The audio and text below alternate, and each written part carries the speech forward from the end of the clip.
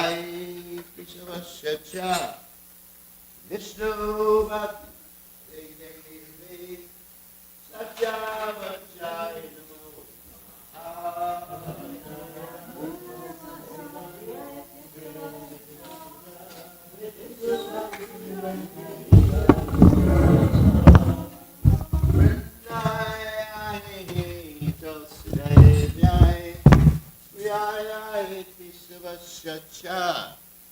Vishnu Bhakti Right Devi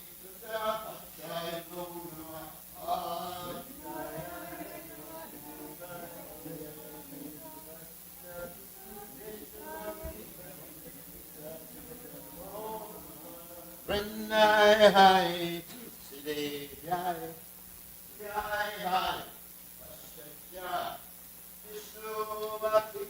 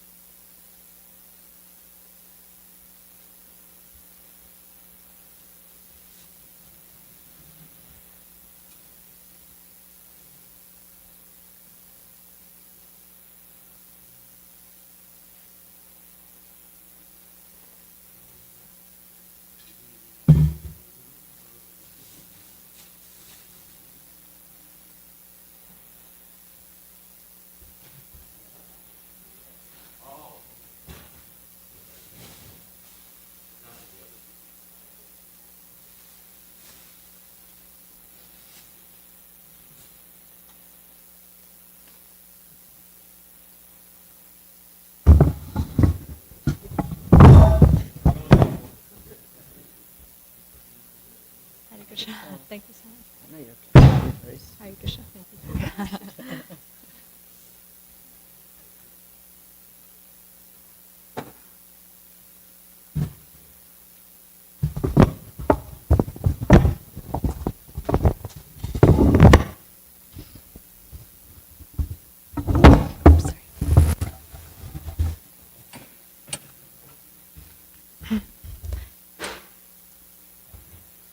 Jaya Radha Madhava Kunja Bihari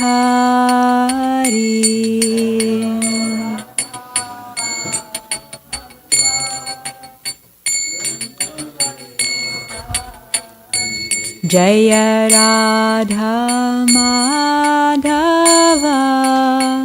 Kunja Bihari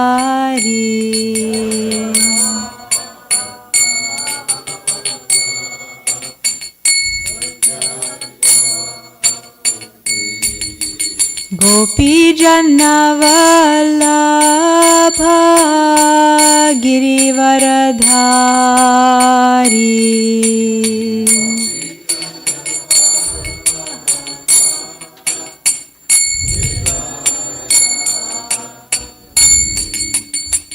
Gopi Jannavalabha Girivaradhari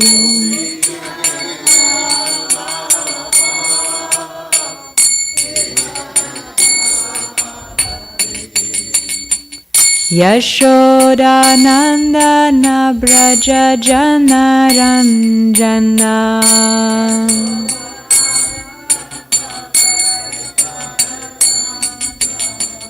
Yashoda Nandana Braja Janaranjana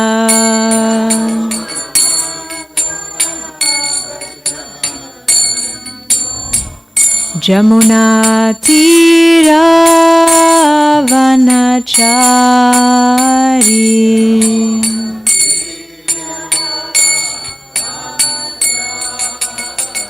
Jamuna Tira Vanachari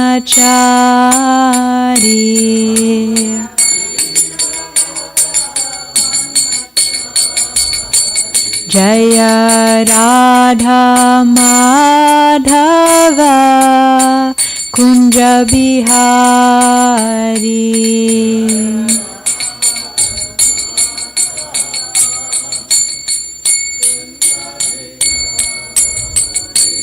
Jaya Radha Madhava Kunja Bihari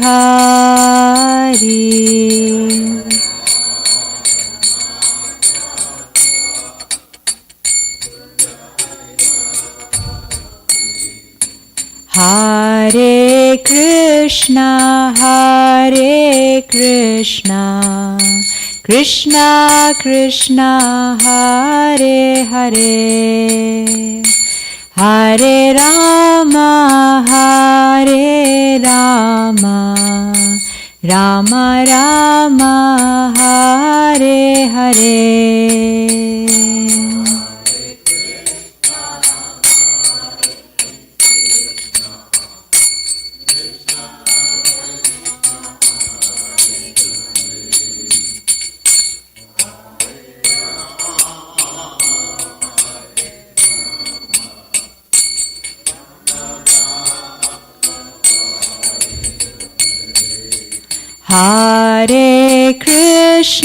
Hare Krishna, Krishna Krishna, Hare Hare, Hare Rama, Rama Rama, Hare Hare.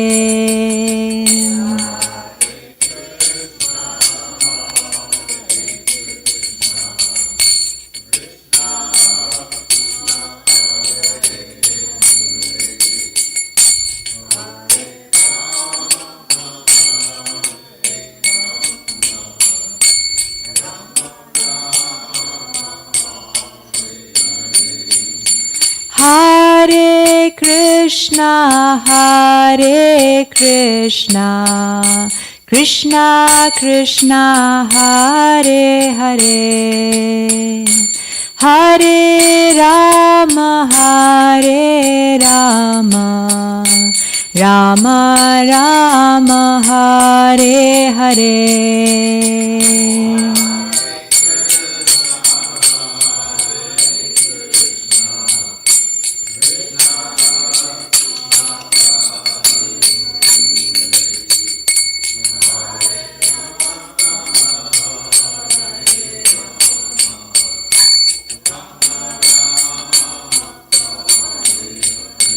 Jaya Prabhupada, Jaya Prabhupada, Jaya Prabhupada, Srila Prabhupada.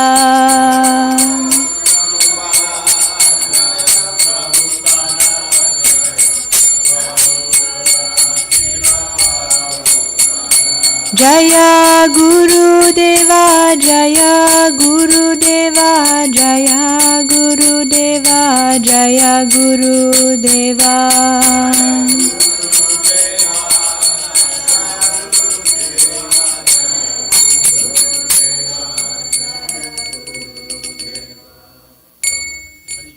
Jayam Vishnupad Paramahamsa Parivrajikacharya Asto Tada Satashi Shrimad His Divine Grace A.C. Bhaktivedanta Swami Srila Prabhupada Ki Jai. Santanacharya Srila Prabhupada Ki Jai. Nagasaki Vaishnava Thanks to the whole Shri Krishna Chaitanya Prabhu Nityananda Shri Advaita Gadadhar Srivasari Gaura Bhaktavinda Ki Jai. Shri Shri Radha Krishna Gopa Gopinath Shama Kunda Radha Kunda Giri Govardhan Ki Jai.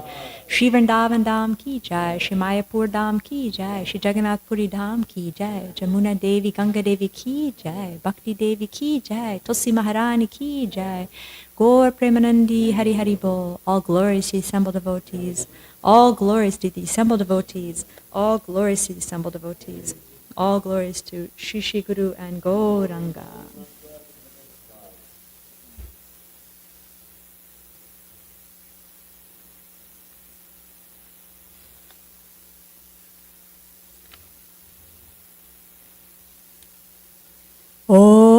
Namo Bhagavate Vasudevaya.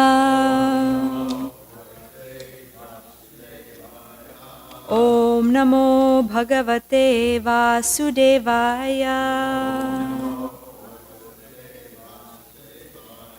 Om Namo Bhagavate Vasudevaya.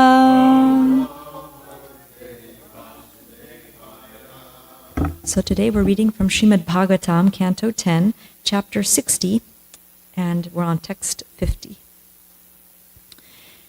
Yan yan kamaya se kaman, maya kamaya bhamini, santi ekanta bhaktayas, tava kalyani nityada. Yan yan kamaya se kaman, maya kamaya bhamini, santi ekanta bhaktayas,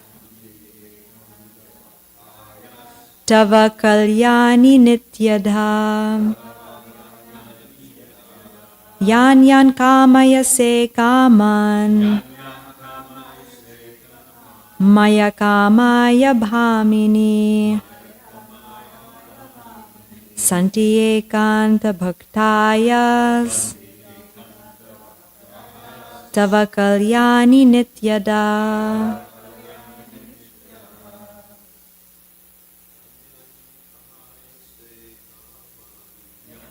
Kamaya se kaman, maya kamaya bhamini, santi ekanta bhaktayas,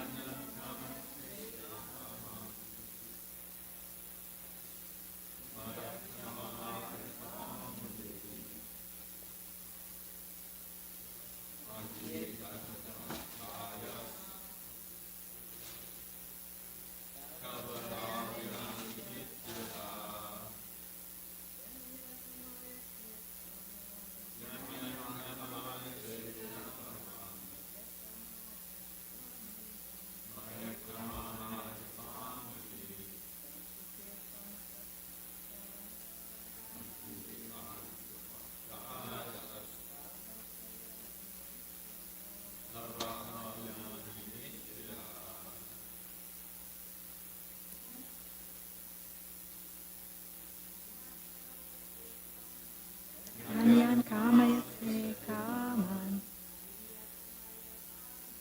maya kamaya bhamini, santi ekanta bhaktayas,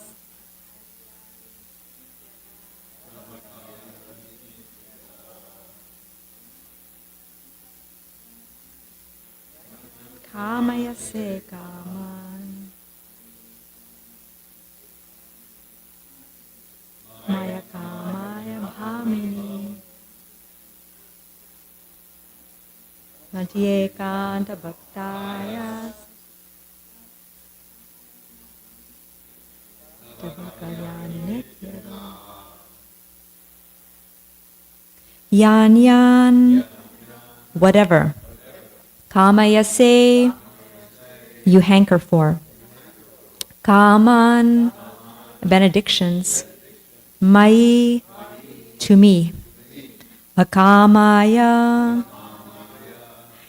for freedom from desire. Bhamini, O fair one. Santi, they are. He, indeed, ekanta, exclusively, bhaktaya, who is devoted, tava, for you, kalyani, O auspicious one, nityada, always. Translation. Whatever benedictions you hope for in order to become free of material desires are ever yours, O fair and noble lady, for you are my unalloyed devotee. Please repeat after me. Whatever benedictions you hope for in order to become free of material desires are ever yours, O fair and noble lady, for you are my unalloyed devotee.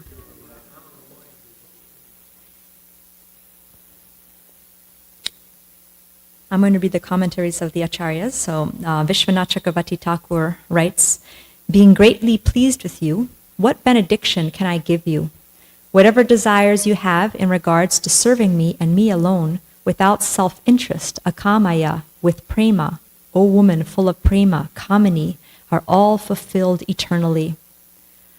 The alternate reading is of Bhamini, O angry one, indicating that she was angry because he made obstacles to her service with his crooked words. The use of the word unalloyed devotee, ekanta bhakta, excludes material meanings to the words kaman and kamayase. Jiva Goswami. Since I am most pleased with you, what benediction should I give you? Whatever qualities and wealth you desire for pastimes of prema, akamaya, are yours. This is understood from akama. Sarvakamo va. One should worship the Lord whether having no desires or all desires. Srimad Bhagavatam 2.3.10. O Kamini, alternative to Bhamini, you have most, maybe it's you are, a most excellent young girl, qualified for my service since you have prema for me. Or you are most dear to me because of your equal love for me, who have love for you. If the version is Bhamini, O angry woman, then he describes her condition to appease her anger. These qualities exist in you as your nature. They are eternally present. You desire qualities for pastimes of prema because you're endowed with nishkama bhakti, ekanta bhaktaya. Therefore, you are eternally auspicious. O auspicious woman, Kalyani. Om Jnanati Mirandasya Jnananjana Shalakaya Chakshurun Militam Yena Tasmai Shri Guruve Namaha Shri Chaitanya Manobhishtam Stapitam Yena Bhutale Swayam Rupa Kadamayam Dadati Swapatantikam Vandeham Shri Guru Shri Yuta Padakamalam Shri Gurun Vaishnavamscha Shri Rupam Sagrajatam Sahagana Raghunathan Vitam Tam Sajivam Sadvetam Savadutam Parijana Saitam Krishna Chaitanya Devam Shri Radha Krishna Padan Sahagana Lalita Shri Vishakan Vitamshcham He Krishna Karuna Sindhu Dinabandhu Jagatpate Gopesha Gopika Kanta Radha Kanta Namostate Tapta Kanchana Gaurangi Radhe Vrindavaneshwari Vrishabhanu Sute Devi Pranamami Hari Priye Vanchakalpatarubhyascha Kripa Sindhu Bevacha Patitanam Pavanebhyo Vaishnavebhyo Namo Namaha Nama Om Vishnupadaya Krishna Prashtaya Bhutale Srimate Bhaktivedanta Swami Iti Namane Namaste Saraswati Deve Gauravani Pracharane Nirvishesha Shunyavadi Pashya Jadesha Tarane Jai Shri Krishna Chaitanya Prabhu Nityananda Shri Advaita Gadadhar Shivasari Gaura Bhakta Vrinda Hare Krishna Krishna Krishna Hare Hare Hare Rama Rama Rama Hare Hare.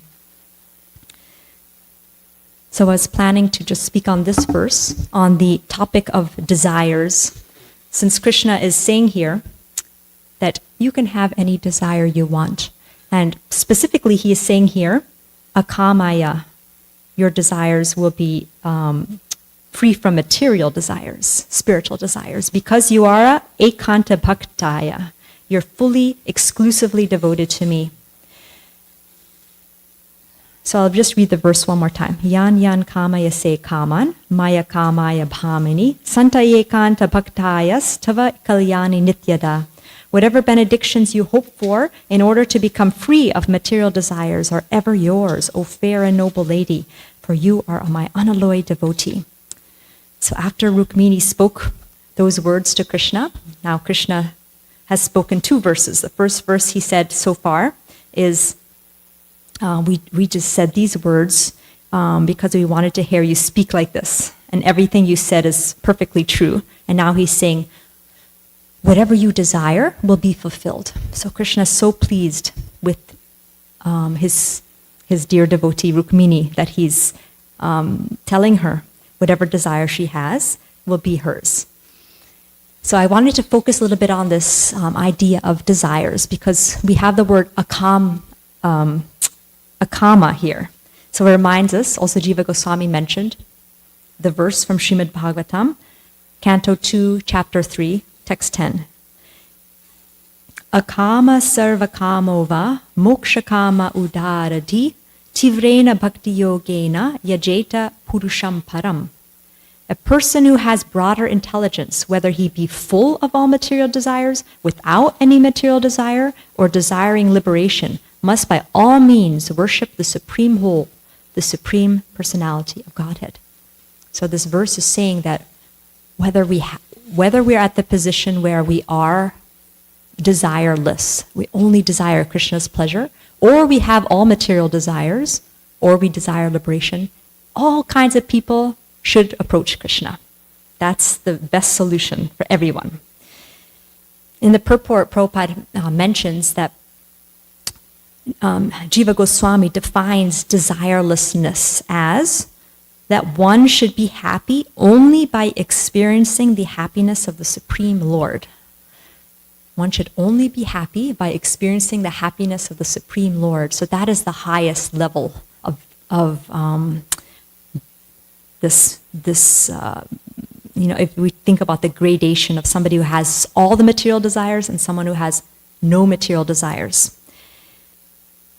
And Srila Prabhupada mentions we can kind of see a glimpse of this in this material world when you see people who do altruistic activities where they feel satisfied when they see other people happy. As you see a little glimpse of it, but it's kind of mixed because people still have a desire for maybe feeling good inside, right? But then Prabhupada mentions the gopis, their highest level devotees, who really just did everything for the satisfaction of Krishna. They gave up their reputation, people were going to talk bad about them, the chastity, whatever, they just went to Krishna. Whatever would satisfy Krishna, that was their satisfaction. And we know the story about Krishna's headache. When Krishna had a headache, and he said, the only thing that will cure my headache is the dust of the feet of my pure devotees. And no devotee wanted to give the dust of their feet to Krishna. Because, how could you do that? Like even, if someone said, give some dust from your feet, we'll put on Radha Golokananda, we'd be like, oh my gosh, so offensive, right? We wouldn't want to do that at all. But the gopis immediately did it because their mood was, whatever happens to me, that's secondary. First, let me give pleasure to Krishna. That's my first priority. So, and then further on in the purport, Prabhupada mentions that even liberation, the desire for liberation, is also a material desire. Because we think that, I'm suffering so much, I just want to get free from this. So it's also a selfishness. And then Prabhupada mentions that Arjuna, he said, I don't want to fight the battle. And it seemed like a good moral thing to do. Like, don't, be nonviolent. But because he was going against Krishna's desire, it was actually not the right thing to do. So as soon as he gave up his own desire, what was right and wrong, went along with Krishna's desire, then that really pleased Krishna. So here we see akama devotees and sakama devotees. Okay, so akama, as we talked about, the highest level devotees who just desire Krishna's pleasure. And then there are devotees who are not at the highest level, including me, who may have still desires to be fulfilled and still have some desires for certain situation or certain comforts like that. Of course, we have gradations of that too. Like we have the demigods who are pure, who are devotees of Krishna, but then they also have desires for themselves. They want to enjoy, they want to feel protected, all these things. So what do we do if we're not on the highest level? Right here, so Krishna here is telling Rukmini that whatever desires you have that are without material motives are all yours. But what if we don't have all pure desires? What if we still have material desires? So I was thinking about how there may be two types of material desires that we may have. One type may be just detrimental to our bhakti. Let's say things that are going to hinder our bhakti. And those kind of desires, we practice devotional service so that those become purified, and slowly, slowly, by tasting the higher taste of Krishna consciousness, those go away. Krishna will remove those from our hearts. But then there's some desires that we, because of our conditioned nature, that we just feel that, okay, this is a good situation for me. I would like this kind of situation so I can practice my bhakti better. And maybe it's not pure devotional service, but maybe that's the level that we're at. We think, okay, I need this certain situation so that I can be peaceful and perform my bhakti. What should we do in that situation? Because we're not at the highest level yet. So I turned to, two stories that came to mind. Of course, the famous one is Dhruva Maharaj, who had material desires, and who still, Narada Muni told him to still turn to Krishna. And then the other story from Bhagavatam is Kardama Muni, from the 3rd canto, chapter 21. So Kardama Muni was a son of Lord Brahma, and he was ordered by his father to create progeny. So in order to do that, he needed a good wife. So he practiced penance on the bank of the river Saraswati for 10,000 years. And he was worshiping the Lord through devotional service in trance. And finally, after 10,000 years of that kind of meditation on the Lord, he saw the Supreme Lord on the back of Garuda. And it's the beautiful description in Bhagavatam of how the Lord looked like. And Kardama Muni offered his prayers. And one of the first prayers was from text 14 of this chapter 21. Your lotus feet are the true vessel to take one across the ocean of mundane nescience. Only persons deprived of their intelligence by the spell of the deluding energy will worship those feet with a view to attain the trivial and momentary pleasures of the senses, which even persons rotting in hell can attain. However, O my Lord, you are so kind that you bestow mercy even upon them. So Kardama Muni is saying, your lotus feet can give us the highest pleasure, the greatest bliss, and if we approach you for material things, it's so foolish. We can think about the story about the lady who was carrying the bundle of wood on her head. Then she tripped and fell, and she said, "Oh, Krishna, help me!" And then Krishna appeared in front of her, and he said, "What would you like?" And what did she ask for? "Please put the bundle back on my head." So that's the foolishness that Kardama Muni is saying here, that we can get the highest thing and we're still desiring material things. That's how. But at the same time, he's also saying that even persons rotting in hell can attain these things. So I was thinking about most of the desires that we have are for eating, sleeping, mating, defending, and even animals can achieve these things. But he's saying at the end, however, O my Lord, you are so kind that you bestow mercy even upon them. This is 3:21:14. So this is what I wanted to focus on. How even if we're not at that pure level, still Krishna is very, very kind even to those people who have desires. So then Kardama Muni continues on 15, text 15. Therefore, desiring to marry a girl of like disposition who may prove to be a veritable cow of plenty in my married life, to satisfy my lustful desire, I too have sought the shelter of your lotus feet, which are the source of everything, for you are like a desire tree. O my Lord, you are the master and leader of all living entities. Under your direction, all conditioned souls, as if bound by a rope, are constantly engaged in satisfying their desires. Following them, O embodiment of religion, I also bear oblations to you, who are eternal time. So he's saying, basically, I desire this. I have this desire to get married to a girl with like disposition. Everyone in this world is bound like with a rope with their material desires. And I'm also in that same position. He's being very humble here actually, because he is an advanced devotee, and he just had the instruction of his father, Brahma, to do this service, basically. And so basically he's asking for something to help him with this service. But he's also teaching us through these verses about how we should deal with it, even if we have some material desires that are maybe not obstructing to bhakti, maybe can help us in bhakti, and how Krishna responds to that. In the purport of text 16, Prabhupada writes, why didn't Kardama Muni ask for liberation? The Lord is right in front of him. How come he asked for, a good wife? And Prabhupada basically says in the purport that not everyone is at that stage. And we should be at the level that we're at. And if we have material desires, then at least we should try to fulfill them following the instructions of the Vedas. And what are the instructions of the Vedas? Ishupanishad, Ishavasyam idam sarvam. Everything belongs to Krishna, and I just take what's needed for my requirements. I don't encroach upon another's property, and that kind of thing. That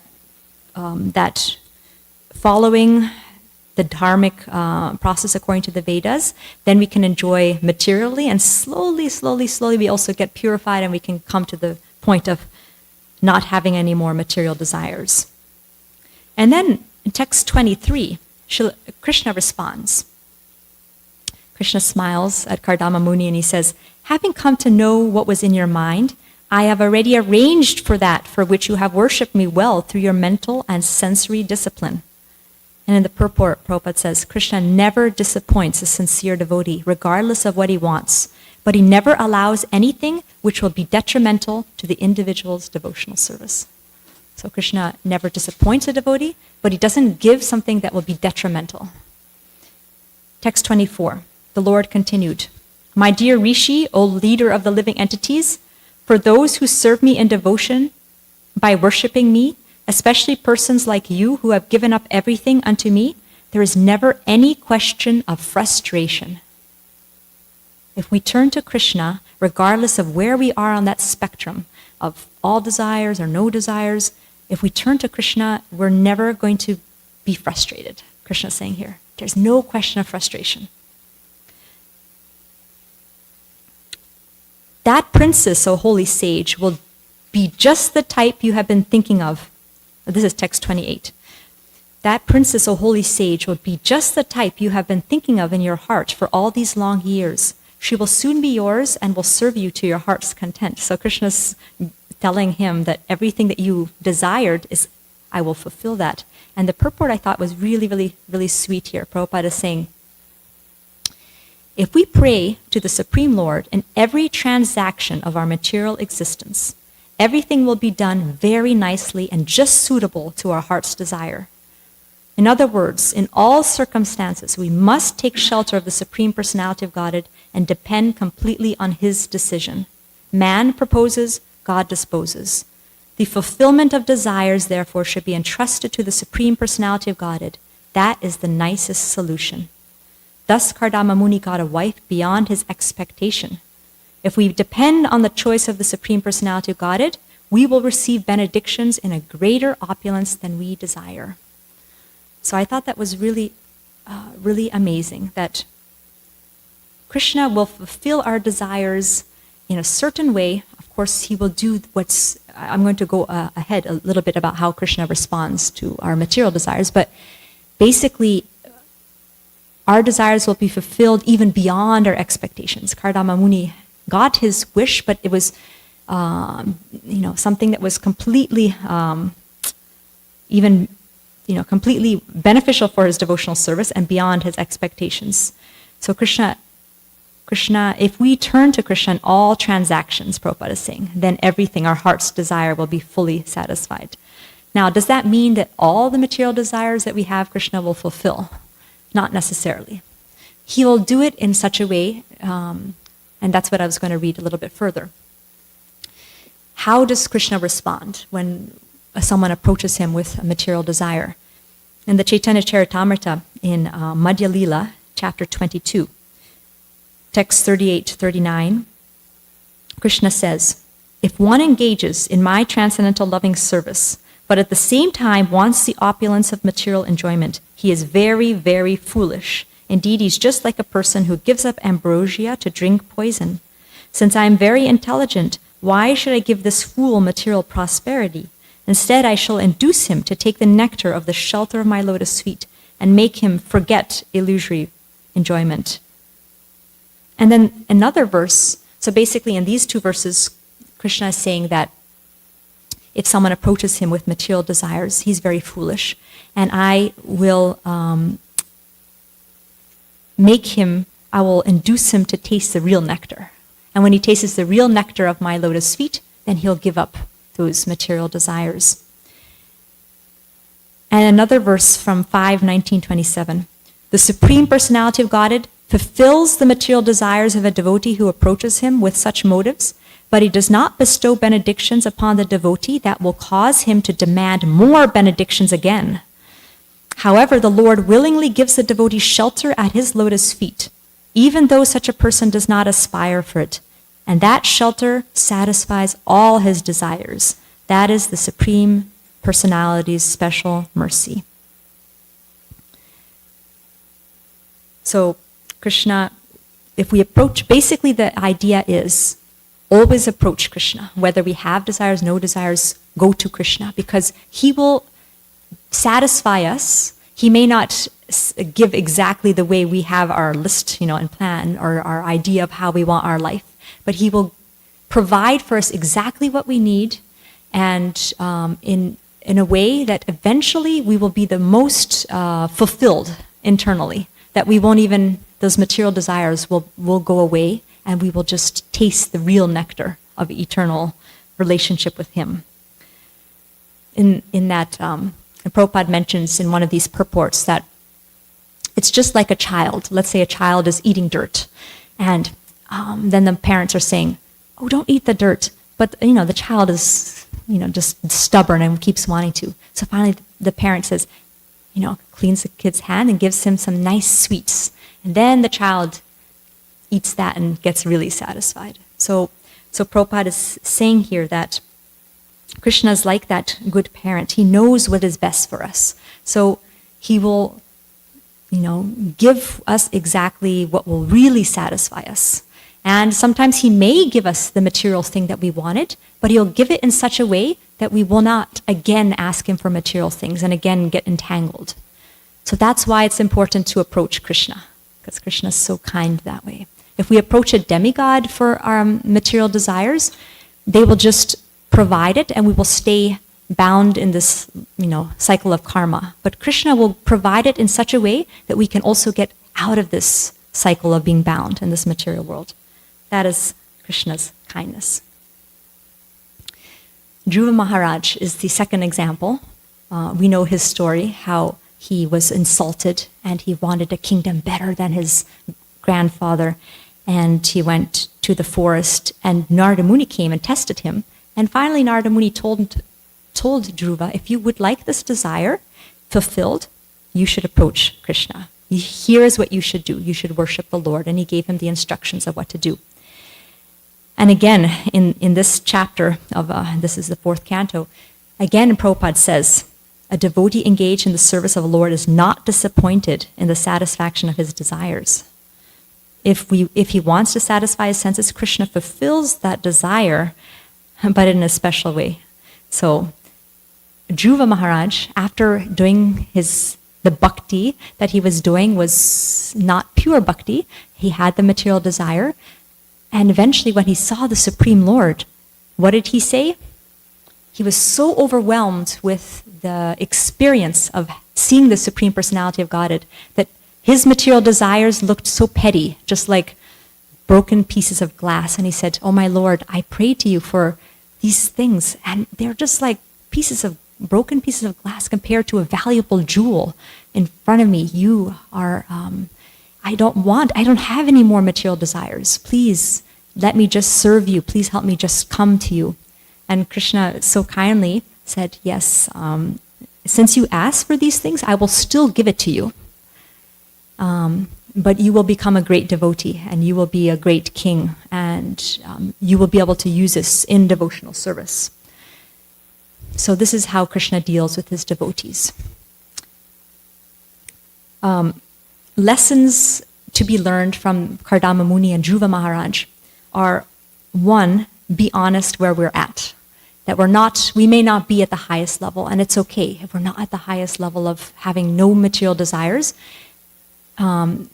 We should actually know where we're at so that we can, just act from that level. And then from there, approach Krishna, turn to Krishna. And depend upon him, because he will never frustrate us. He will never frustrate us. So always turn to Krishna. No one else. That ekanta bhaktiya that Krishna is saying here to Rukmini, that one focused dependence on Krishna, that's wherever we are on the spectrum of our devotional, just always turning to Krishna. And how Krishna fulfills that desire, that's up to him. And we know, we have trust that whatever Krishna does will be for the best. And it will actually fulfill us even beyond our expectations. And to such an extent that we will actually experience the real taste that our soul is really hankering for. Not this material things that don't really satisfy us. He'll give us the real taste. So those are the three things that I was focusing on. Be honest where we're at, always turn to Krishna, and Krishna, depend on his solution, because he's always going to give us the best thing for us. Those are the 3 points that I would like to remember also. And why do we avoid turning to Krishna? Why do we avoid turning to Krishna?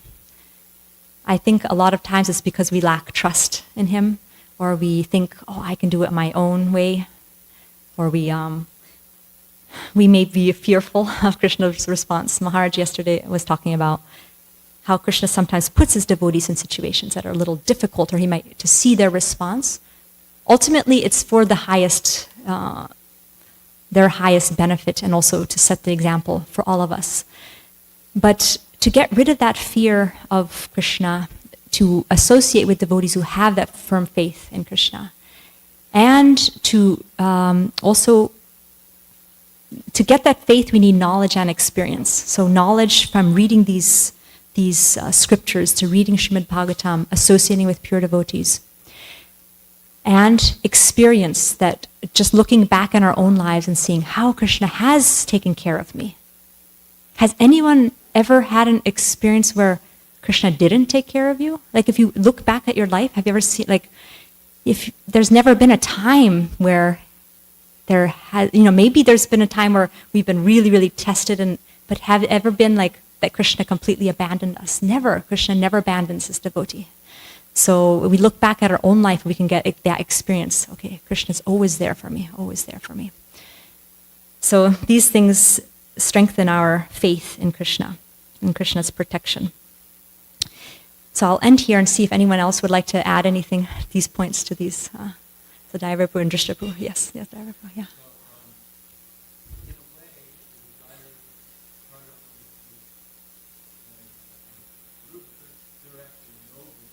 They are noble desires.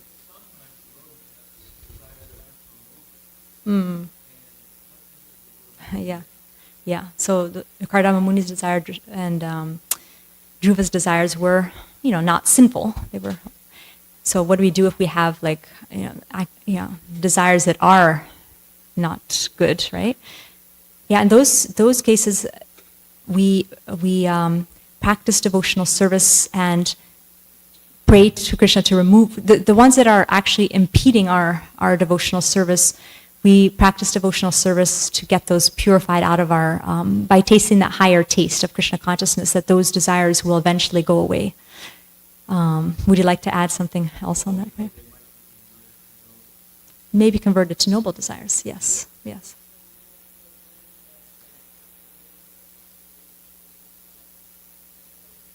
associate with people who are ahead of us. Yes, yes. And Diver Prabhu. Yes.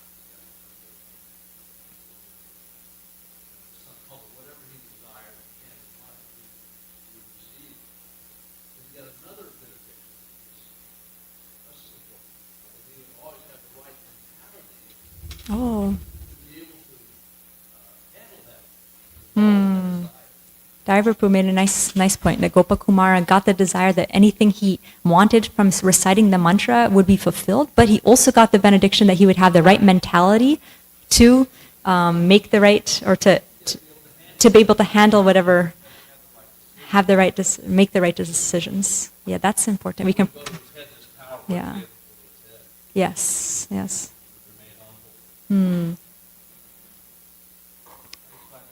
Jai Srila Prabhupada ki jai, Srimad Bhagavatam ki jai, Shri Shri Radha Golokananda ki jai.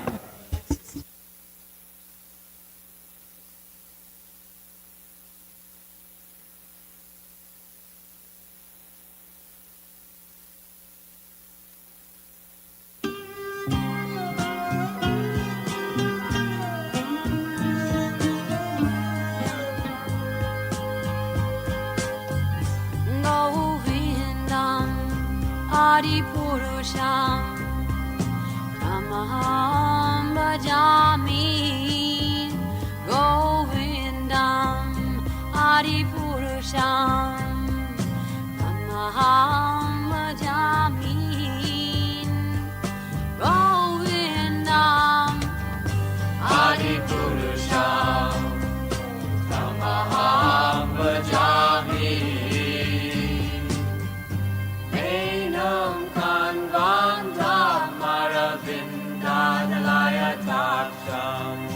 Marhavatam Samasitam Buddha Sundarangam Kandar Agom Vikamaniya Vishesha Shobham Govindam Adipurusham Tamaham Bhajami Govindam Adipurusham Namaham Bhajami Govindam Adipurusham Namaham Bhajami Angani Yasa Sakale Priya Priti Manti Vasyanti Pan Kayanti Giram Naganti Ananda Chinmaya Sadhu Jala Vigrahasya Govindam Adipurusham Namaham Bhajami Govindam Adipurusham Namaham Bhajami Govindam Adipurusham Namaham Bhajami Govindam Adipurusham Namaham Bhajami Govindam Adipurusham Namaham Bhajami Namahum Vishnupataya Krishna Prasthaya Bhutale Srimate Bhaktivedanta Swamini Namine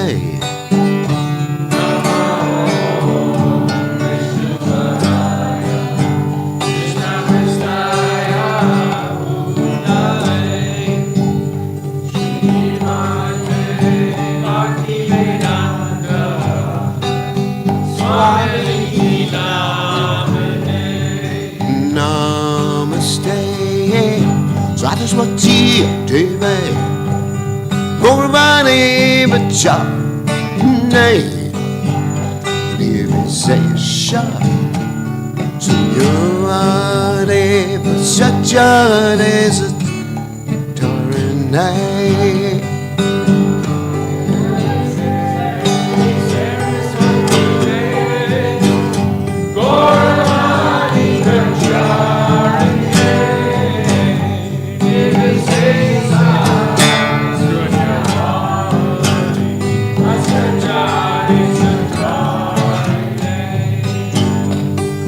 Shri Krishna Chaitanya Prabhu Nityananda Advaita Gadada Shiva Sari Gaurabhakta Vrinda Krishna Chaitanya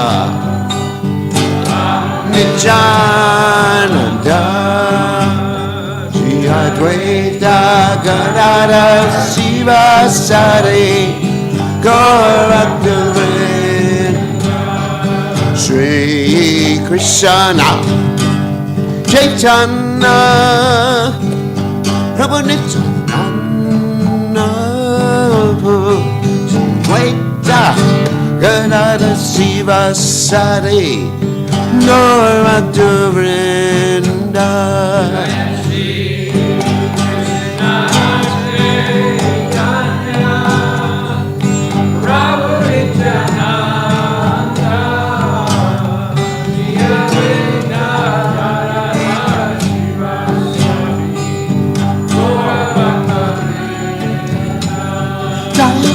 Shri Krishna Chaitanya Prabhu Nityananda Advaita Gadada Shiva Sari Gaurabhakta Vrinda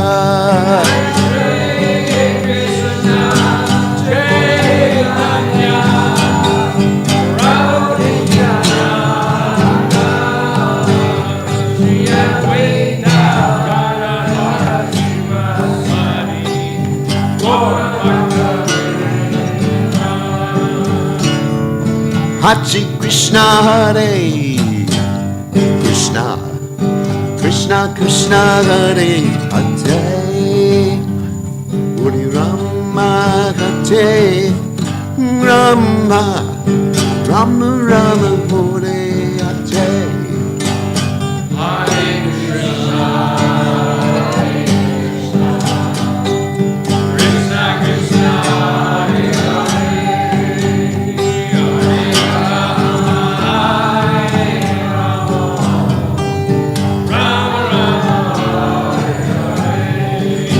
Hare Krishna Hare Krishna Krishna Krishna Hare Hare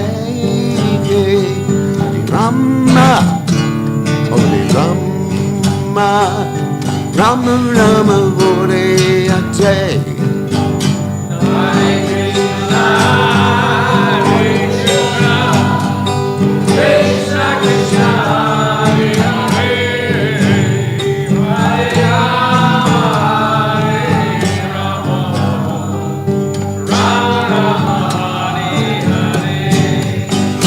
Hare Krishna, Hare Krishna, Krishna Krishna, Hare Hare,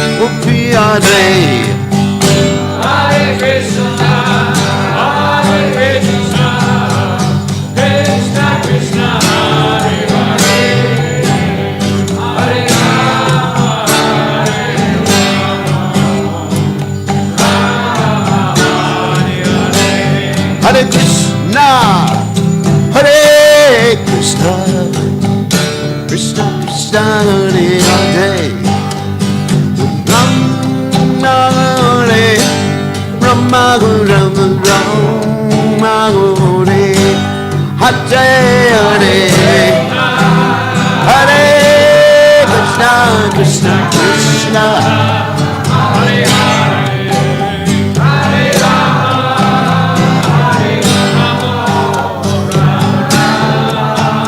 Hare Hare, Hare Krishna Hare Krishna Krishna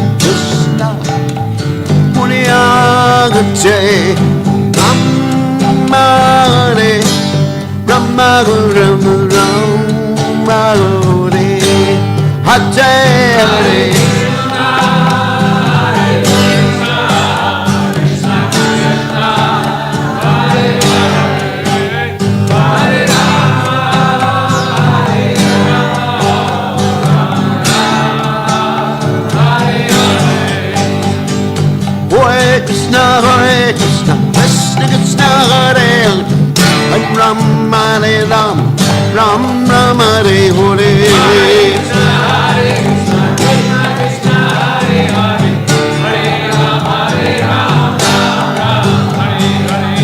Hare Krishna, Krishna Krishna, Hare Hare, Hare Ram, Hare Ram, Ram Rama, Hare Hare.